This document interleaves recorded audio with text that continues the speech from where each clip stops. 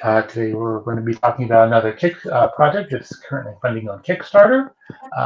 My guest is Fish Lee. I'm going to bring him in. We're going to find out about him and his project. So without further ado, let's do that. How's it going? How's it going? Not too bad. I know as I've been putting together the crowdfunding roundup for Comic Watch, I've seen a couple of your projects, and then I think somehow we connected on Facebook, and finally we're here. So, but welcome. Glad to be here. Well, before we get talking about the project, can you tell us a little bit about yourself as a comic book reader and as a creator, and how did you find comics? What was the first one you maybe read, or the one that got you hooked? Well, I'm Mr. Fish from Mr. Fish Comics. People call me fastest working man in indie comics. I am working on my 132nd book, I believe now, from last count, in the last 7 years that I've worked on. Most of those as penciler, inker, colorist, letterer, and some of them writer. I've put out like 20 of my own books now with T-Man and Hyperstrike, Greenzone Life in the Blocks with the trade is live now on Kickstarter. The Mighty Caw, the Cro-Magnon, Alice Lost in Wonderland. I'm really excited to be finally doing the Greenzone trade because I'm doing it like a director's cut. So I not only have the first 4 issues that are covering their first shift on the Force, but I'm also adding in all the pages that had to get cut out to fit the page count for normal floppy comic and all that stuff originally, and cutting it up and putting it in the order that I really wanted in, and adding in all kinds of extras and stuff and short stories that we've done carrying it. Oh man, it's going to be so good. This is a reminder. In page 2, take out the trash and make lunch. I have Alexa set to give me reminders all day long to keep me on track because I'll get so hyper focused while I'm working, I'll forget the whole world exists. And the next thing I know, it's midnight and I haven't ate lunch or done anything. So I have her set to go off all day, reminding me what to do. I completely understand where you're coming from. Well, how about your comic book journey in and of itself? What was the first comic book you read, or the one that kind of hooked you? I actually just found my first comic that I really remember as a kid.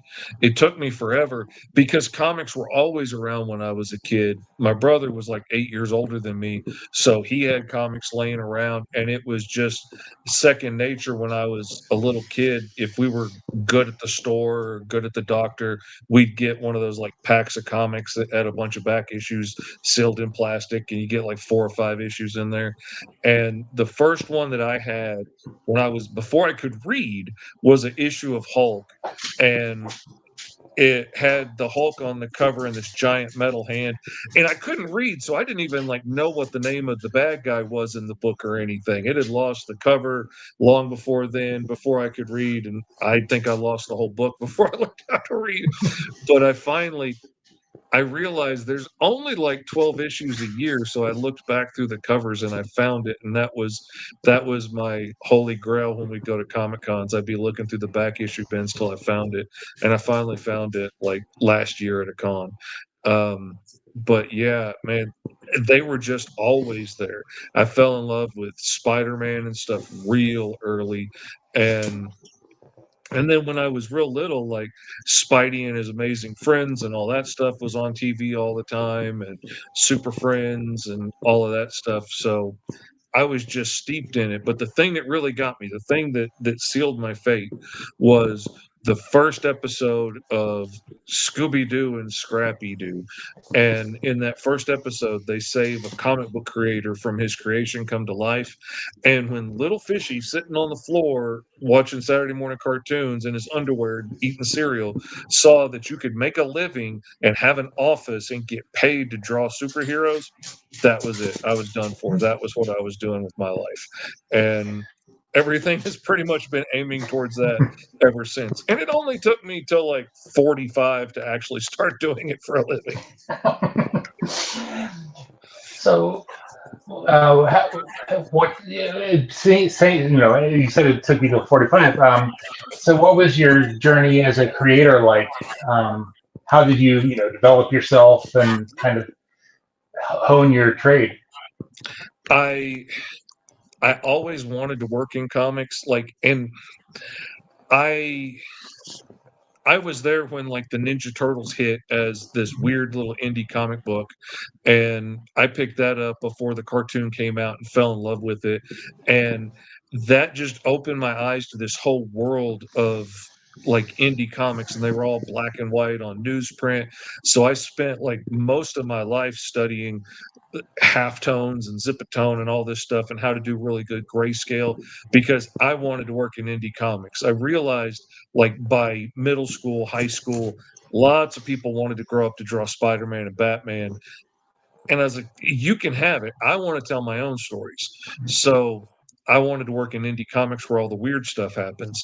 And by the time I finally get there, the whole world changes, and now indie comics are in full color and stuff. So I had to teach myself how to color and all that. But I've been working on self-publishing stuff.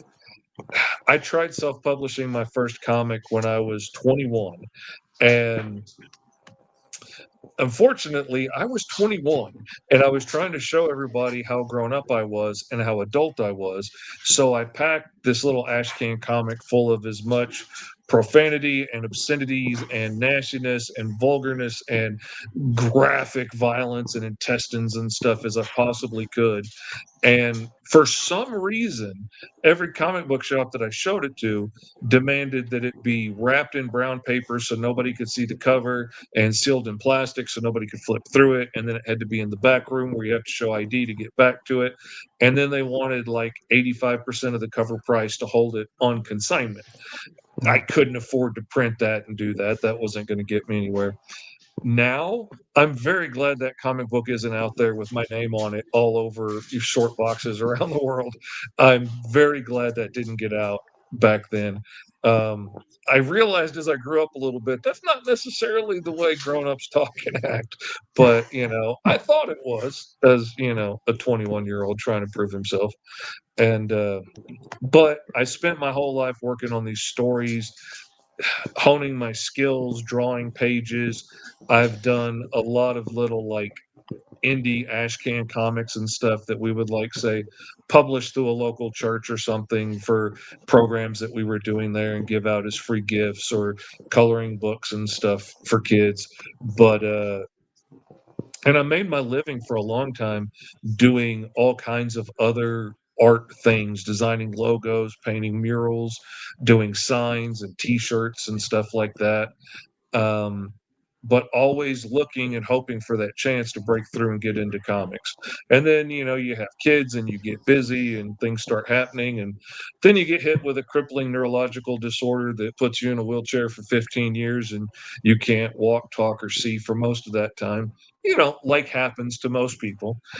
And that kind of put a damper on things for a while. But as I spent the better part of 15 years hardly ever able to see, rarely able to communicate clearly. Um, I joke that my kids are fluent in grunt because a lot of times my jaw would be locked shut, and all I could do was really grunt through it. But they're really good at understanding me. Nobody else is, but my boys are. Um, we've had to devise like whole systems of communicating, with like one grunt is yes and two is no and stuff when I would get locked up. But I found out if I could move one thumb and I could work my phone, if I could get one eye open half the time, I could communicate online. So I got really active in the online forums for other people with Tourette syndrome, like I have. Mine's pretty severe compared to most people, but I ended up becoming an online advocate. And while I was locked in my recliner, unable to talk to my kids in the same room with me, I could communicate with people all over the world and be encouraging and help parents walk through the process of their kids getting diagnosed and stuff, and help them realize that it's not the end of the world. Your kid's going to be awesome. It's going to be okay. You're going to find ways to work around it. And eventually, after meeting a lot of great people and getting a lot of great advice on what might be helpful for me, learning what my body needs, like getting plenty of rest, eating properly, stuff like that to help my ticks, getting on a good regimen of medications and things, and learning things like not to fight against the ticks coming. That's like trying to stand in the ocean and fight against the waves. You're not going to win. But if you learn to surf the waves and let them pass, it's not so bad, and it's not necessarily going to swamp you over and drown you if you don't try and fight it. And things like that got me to where I started getting a little more stable, and I started being able to do a little bit more. And eventually I got to where, maybe I could try and do a little work. Most of the time I'm working from my recliner, but Mhm. still I could do a little bit of work. And it came time to try and build a freelance career from the ground up again. And nobody wanted to hire the guy that can't drive into work on Tuesday or can't talk on the phone every day. So it was up to me to build a freelance career. And so I took a shot at indie comics again. And by this time, the world had changed. And now you can work online with people from all over the globe. You can get paid digitally through PayPal. There are digital printers like Kablam in Florida that will print beautiful looking, professional looking books that look as good as anything Marvel puts out. And you can print one issue or you can print 500 issues. It's a whole different world now. And with crowdfunding like Kickstarter, you don't have to get $10,000 together by yourself to do a print run for one book. You could raise $500 and print enough copies to send out to your backers, and it's the whole world changed. And now I've started getting a little bit of jobs here and there. I got my first job inking a comic for a friend like 6 years ago, and that turned into a couple of pinups here and there, and then that turned into doing a short story. And then the funny thing is, on that short story, I made a mistake, and I missed this little belt detail on one of the characters' outfits. And it was a little short story for a book where like 7 or 8 friends had gotten together and they'd put all their characters together in this like Justice League book. And I missed a belt on one of the guys' costumes. And the guy that had hired me for the job, when it was over, was like, don't worry about it. It's not that big a deal. Tony will be okay. He's not going to pitch a fit about that little belt. And I was like, no, it was in the references. I missed it. So I will fix it. And so I went back over all 8 pages and I fixed every panel and I drew the belt back in everywhere it was supposed to be because it was supposed to be there. Yeah. And I want it to be right when I give you a finished product. And that that little thing, going back and fixing that belt, got all of those creators to hire me for their next books. And because they were so used to dealing with artists that were just, you take what you get, and Mhm. you don't pitch a fit. And having somebody that actually cared about the finished product got me like my next 7 books. And a lot of them, like the Sentinels, I think I just wrapped up my 10th or 11th issue of that's going to be on Kickstarter again soon. Um, it's turned into a career now, which is crazy. It's awesome. I joke I get to make my living, pay the mortgage, drawing muscle men beating each other up in their underwear. So let's talk about the Kickstarter that you're currently running. Give us an overview of it and the inspiration behind it. The series that I'm launching right now is Greenzone: Life in the Blocks. And it follows a group of superpowered genomes in a world where it's illegal to be born a mutant. So when they find out that you're a mutant, you lose all your rights and citizenships. You get shoved into these concentration camp neighborhoods called the green zones, and basically humanity forgets about you. You're shoved in there and forgotten about because you're dangerous. You're obviously a supervillain waiting to happen. And to get out and make a better life for yourself, you have to prove that you're not a threat to humanity. And the best way to do that is to serve the greater good for 5 years. If you can make it 5 years in the military or the fire department or sanitation or the police force, then you can earn your citizenship and get out and make a better life. They don't tell you how hard it is to make it through. They don't tell you that, over half the people wash out in training and only 1 in 1,000 make it to 5 years. They just, humanity likes to be able to pat themselves on the back and say, yeah, they could pull themselves up by their bootstraps if they really wanted to. And so you end up with a bunch of people that are, Sounds familiar. it's crazy. It was all a fantasy story when I started this idea like 10 years ago. And when I started writing it, I didn't realize it was going to turn into a documentary. But you end up with a bunch of people that are very ill prepared to be police officers, trying their best, risking their lives.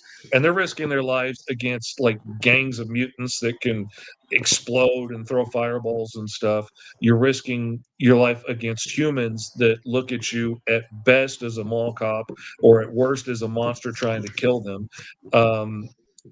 And the whole world's out to get you. You got to survive this. And other genomes look at you as a race traitor because you're turning on your own kind. And honestly, a lot of the times it's not uncommon for genomes that join the police force and get treated like crap everywhere else.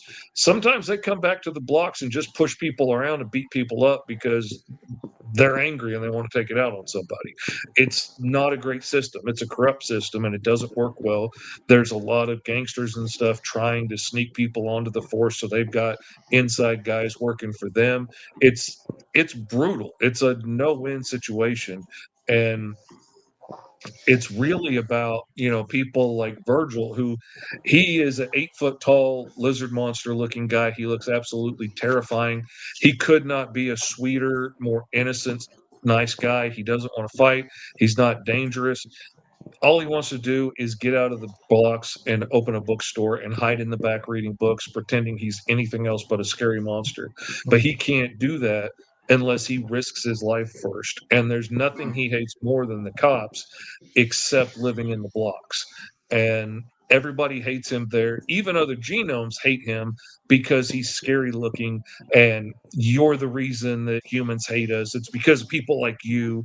And then there's, human looking genomes like his training officer, Danny Kim, who just looks like a Korean kid.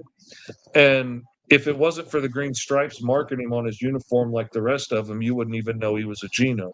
And other genomes hate people like him because you have life so easy, and the humans like to keep you around for decoration. And they like to be able to say, oh yeah, see, we promote genomes at work even though they look perfectly human, and maybe their power is to magnetize paper clips to their fingertip or something.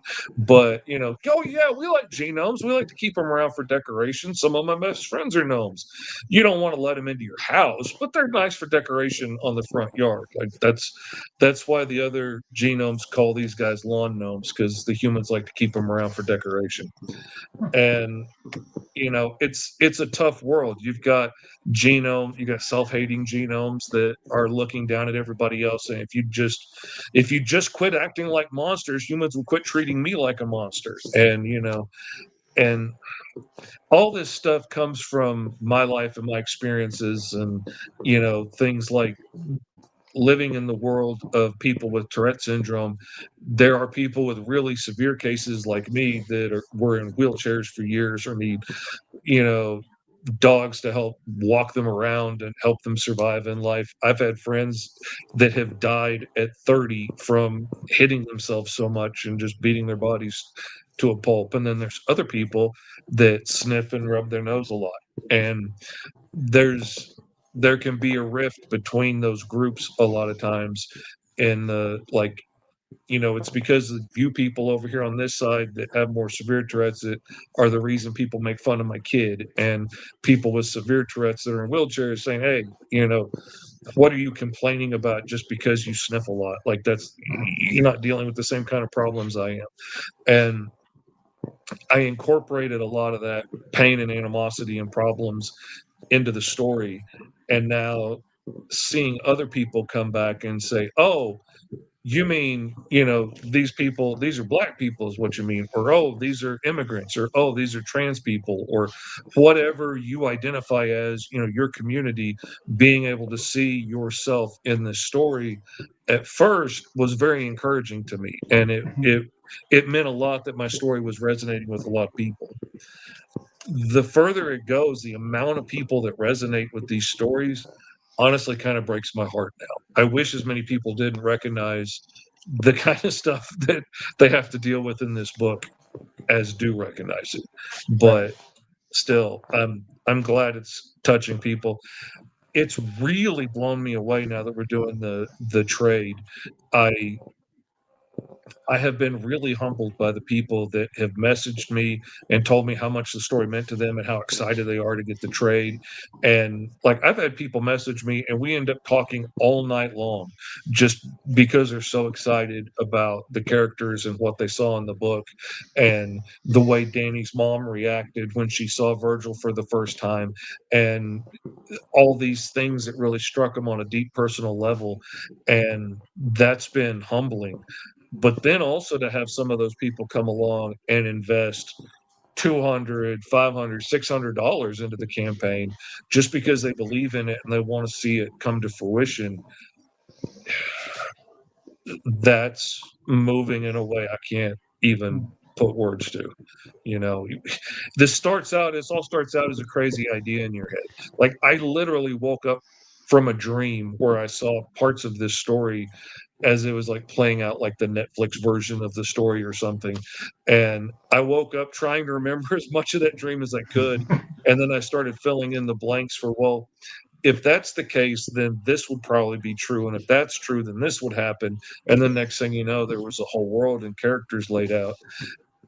But still, it starts as this crazy idea in your head, and then you start putting it on paper, wondering if anybody's going to read it, and then seeing how many people love it, and how many people it's inspired to start writing their own stories and doing their own comics, or to come up with characters that they want to see in Green Zone someday, or paying extra money to be able to get characters in the book it's awesome. Fish, here is your reminder. You have the show tonight. Thank you, Alexa. So, how it sounds like you've overcome a lot, personally, but how has your craft, evolved, over time? Writing, drawing. The writing is probably going to it's always going to be evolving and getting better, I hope. I'm always studying new shows, books, movies, things like that, and then breaking them apart. Like, how did you make me care about this kid in 22 minutes of this, medical drama, and make me cry at the end when he dies, when this kid didn't exist to me 22 minutes ago? Like, how did you make me care? What heartstrings did you pull on to get me there? And so I'm always learning and growing in that aspect. Art wise, I have had to reteach myself how to draw from scratch several times now in my life. I started out as a child coming up in the 90s, and Image becoming a big thing, and falling in love with McFarlane and Liefeld and Mark Silvestri and Mark Texier and all these guys back in the day, of these big star artists. I really filled a page with cross hatching back in the day. Like, I mean, I would fill a page with cross hatching, and to the point I once gave it to a colorist to color, and she handed it back to me, and she's like, "You already colored it. It's black. The whole page is black, and there's no room for me to work." And she was right. I was mad at her when she said that, but she was right, 100%. And so, as my mystery illness, because I didn't get diagnosed with having Tourette's until I was 30, as my mystery illness kept getting worse and worse, I got so shaky that eventually I couldn't have a brush and an open bottle of ink around anymore. So I had to reteach myself how to draw with just pens and relearn all over again how to draw. then I was reading a book on inking once upon a time, the DC Guide to Inking, as a matter of fact. And one of the things the author says in there is something along the lines of, our job is to tell a story. And any line beyond making the image clear and telling the story is basically just ego. You're just showing off at that point and you're cluttering up the page. You need to make the image clear first. You need to tell the story first. And everything after that is a waste of time. And that really hit me, especially coming up with all the cross hatching in the 90s and thinking that that was inherently part of it. But also, I had spent years working, like making a living as an artist with the public that doesn't read comics. And when I would illustrate things the way I was used to illustrating them in comics and do like a portrait of the prom queen or something for this high school, they'd be like, well, why she got all those lines on her face? She don't have lines on her face like that. Yeah. And they didn't understand cross hatching and contours and stuff like that. So I started over from scratch again, now using just pens, and decided, went back to how can I best illustrate what I'm trying to see, what I'm trying to tell you with black lines on white paper and make it look like an apple or a person eating an apple or a person driving at 100 miles an hour down the road eating an apple. And, how can I best convey that? And it got to a lot of simple lines and block shadows and things. And it really simplified my line art a lot, which had the unintended side effect of really speeding me up, because when you're not spending half your day cross hatching a page, you can get like 3 more pages drawn. And so it made me a whole lot faster. And then eventually my hand got so shaky and stuff that I couldn't work anymore at all. And then once things started getting a little better and I got on the right meds and I'm eating better and sleeping better. Hey, stop with the squeaky toy, please. When things started getting a little bit better, I tried a computer and tried drawing on a computer for the first time. And there was a learning curve to it, but I could change the settings and tweak the settings and stuff and like take out the trimmer in my hand that was really bad back then.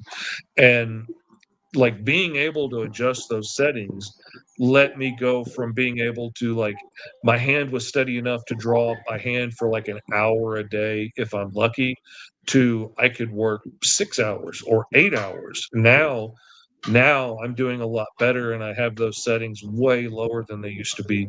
But now I can work like 16 hours a lot of the time and knock out pages Hence the when I wouldn't reminders. be able to do that by hand. Hence the reminders, right? Yeah.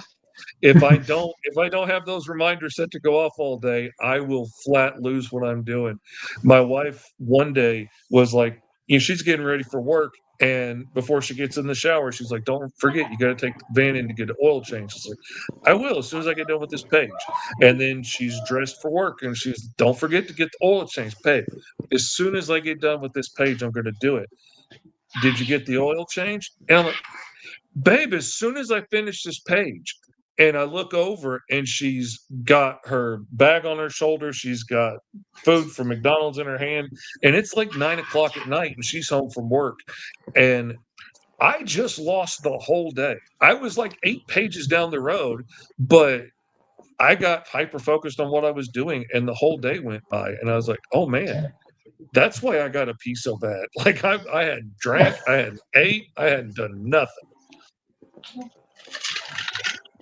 So, what are you offering for the Kickstarter for people who want to back the project? We've got like the basic digital tier that gets you just the digital trade and everything. We've got a deluxe digital tier for for those that want a little bit of extra. It's got the STL files for the 30 millimeter scale miniatures that we've got. I've been releasing them for all the last books that I've done. So I've got like Alice from Alice Lost in Wonderland and the White Rabbit and the Tin Man and stuff from that series. But for this one, we've got Virgil, his training officer, Danny Kim, Bellamy, who's this little like 90-pound girl covered in razor sharp quills all over her body, and Brooks, tall, handsome, purple, looks like a goat man. He has big long horns that get brutally chopped off in the first issue by some human guards. So all the four main characters are available as miniatures on this campaign if you want them.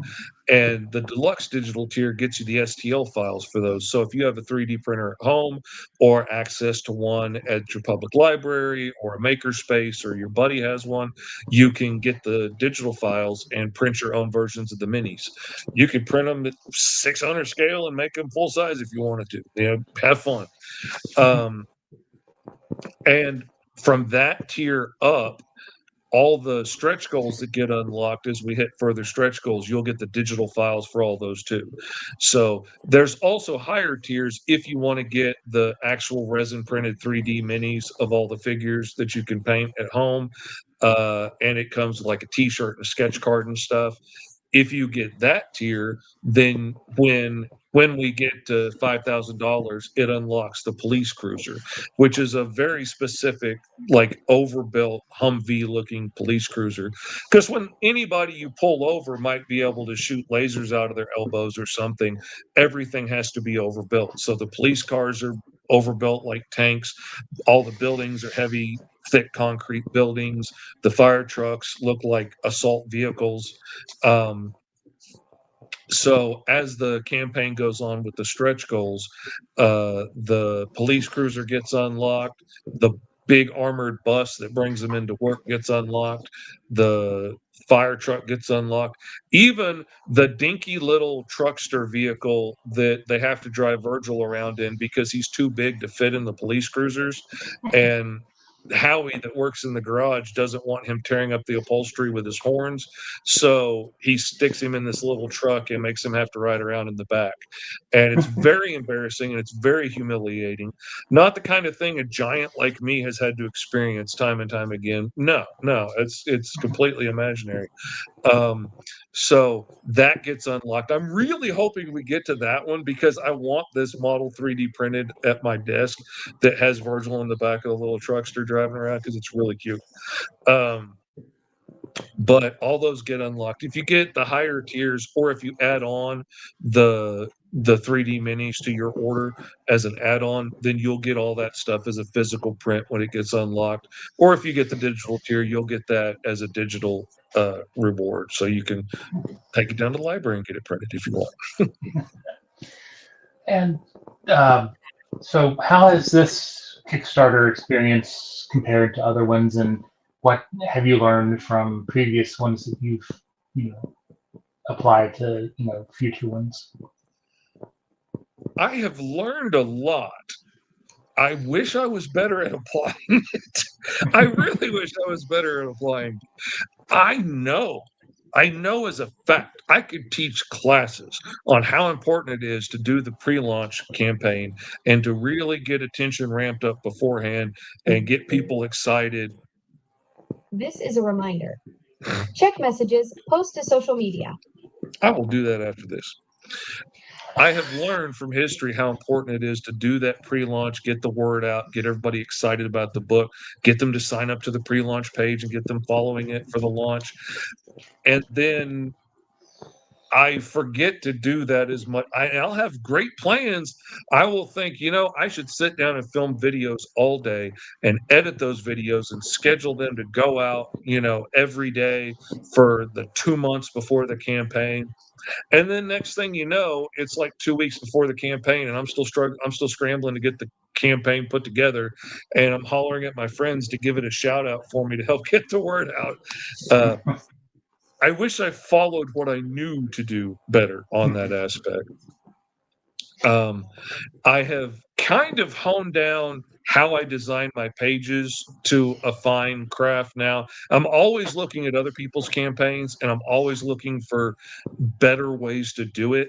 And if I see somebody's campaign that I think, catches your eye quicker or condenses their pitch down into a better, shorter method, I will look at that and study it and see how I could apply that to mine.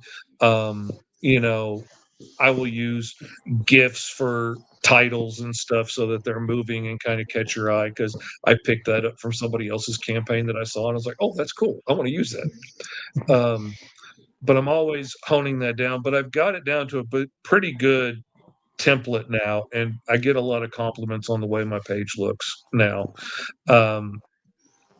And then on some hands, I'm just really lucky because, like, the video that's on the campaign this time around is a video that one of my fans made. He wrote the rap, he performed the rap, and just goes down talking about all the characters and stuff and everything that's going on in the book way better than I could get on camera and describe it to you. And then he edited together a bunch of images from the comics and made a really awesome video to go along with it. And he just gave that to me because he loves it and loves the book so much. And I was like, okay, bet I'm using this as the video for my campaign, man. And I'm like I said, I'm really touched and lucky that people love it so much. And then, like, I've had some people come along, like I have a Be in the Book tier this time, where, you know, if you really want to be in the book, you can buy that high tier, and you or one of your original characters can be, you know, put in the background of the book. And then in the handbook files at the end, you'll get your own page for your character that describes who they are and, you know, their backstory and everything. I had one of the guys that came through and backed that and added on commissions and all that stuff that you can get in the add-ons if you want it. He came back to me a couple days later and was like, it won't let me add this tier on again. Is there any way that I could get a second one? And I was like, yeah, I mean, if you just want to throw an extra $250 at it, I'll make you a special add-on. And so now it's available as an add-on too, if somebody wants more than one like he does. And that's awesome. That's really encouraging, how much people have loved it, how much people have been excited about it. I kind of thought nobody cared about the book. I forget that I have fans at all, because when somebody messages me and like, oh man, I love the book so much, we get to talking back and forth. And next thing I know, we're just friends that talk every day. And I'm asking how your mama is and, you know, how your dad's test went. And I forget that I didn't know you before I published the first issue of Greenzone, and you reached out to me telling me how much you liked it. And I just like, oh, that's just J Man. We're just friends. I forget that I only met him because he bought my book. And so I forget that anybody cares about it at all. But the way everybody got so excited about the trade coming out was really encouraging. And I really have a lot more stories in this world I want to tell, and hoping to get there eventually. I've had some people reach out about possibly distributing it and getting it out into some comic book stores, which would be really cool to open it up to a new set of eyes and get, you know, some new people interested in the world. And so hopefully, fingers crossed. Well, when that does happen, I'll have you back and we can chat about that. But as we wrap up here, why don't you give one last pitch for the campaign? And I know you have some other projects that you work on, so feel free to shout those out too.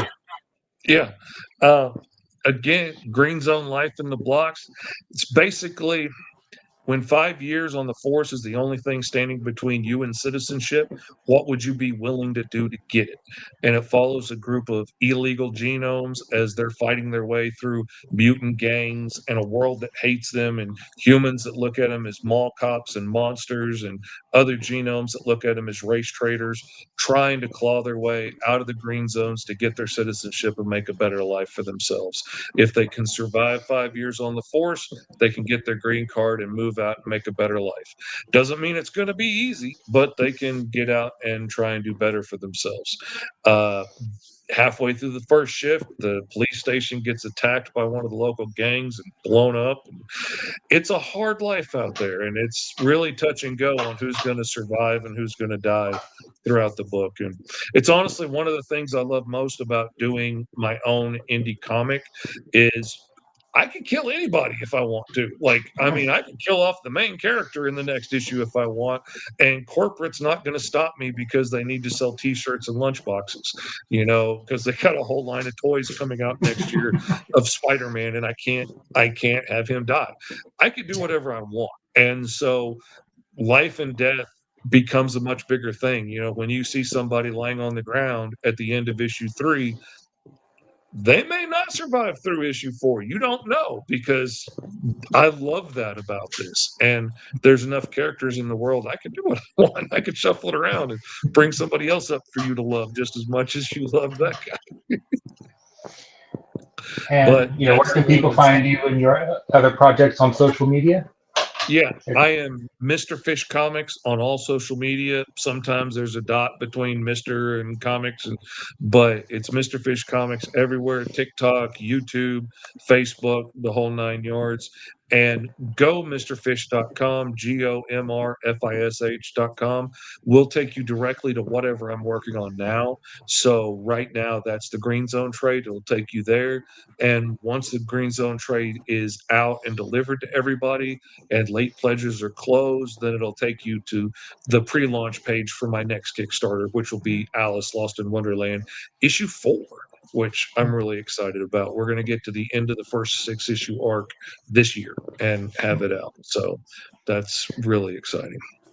And you also have a couple shows that you stream?